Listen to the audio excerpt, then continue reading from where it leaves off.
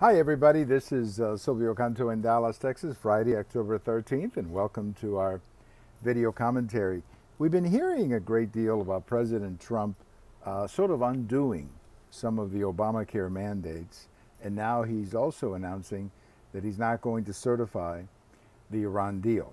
I want to talk a little bit about all of these things in a different context, not necessarily about the issue itself, meaning the mandates or whether it was a good idea to sell insurance across state lines or the subsidies to the insurance companies. I have a different perspective on all of this.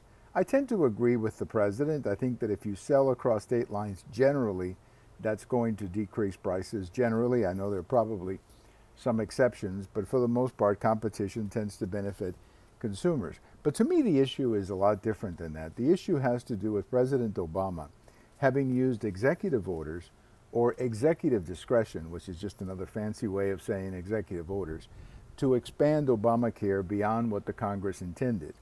Back in 2009, 2010, as you may remember, the Congress debated Obamacare extensively, and they barely got it through. They barely got it through the Senate and the House. And one of the ways they got it through the House was because it did not have the contraceptive or the abortion mandates. And they were able to get it through the House. There were like 40 Democrats who were defending life and did not want to sign on to Obamacare with those particular abortion or contraceptive mandates. There were also many Democrats who didn't want to do the subsidies to the insurance companies. So they got whatever they got. The Obama administration got the Obamacare as much as they could get out of the Senate and the Congress. And then included in Obamacare was a clause that basically gave a lot of the discretion to the executive, meaning that the executive would be able to make a lot of changes to Obamacare without having to go back to Congress. And that basically created the contraceptive mandate, the subsidies to the insurance companies, as well as many other things about Obamacare that they couldn't get out of the Congress.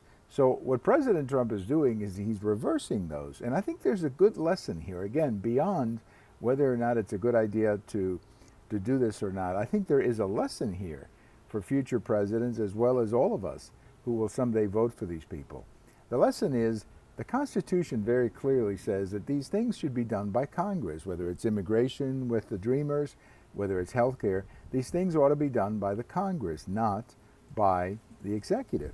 And I think that the way President Obama did it by issuing so many executive orders, he basically set the table for the guy who followed him to undo these executive orders. President Trump would never be able to make these changes to Obamacare if it had been part of the original Obamacare law. In other words, had it been part of the law, then it would have been the law of the land, and it would have required a congressional law to overturn it. So I think there's a lesson here to not just future presidents, but there's a lesson here to us citizens that there's a reason that the founding fathers created the system that they did so that laws would be made by Congress and executed by the executive. There's a reason they did that. And I think we're seeing with Obamacare a perfect understanding of that reason, as well as with immigration. DACA, for example, was done on a purely executive order. It was not done with Congress.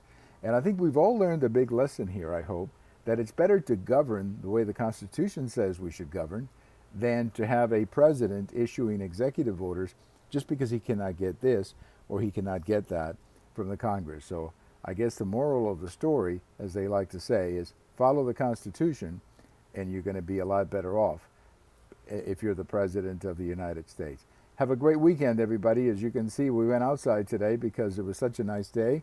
Wanted to do it outside. Lovely day here in North Texas. Bye-bye, everybody. Have a great, great weekend. Bye-bye.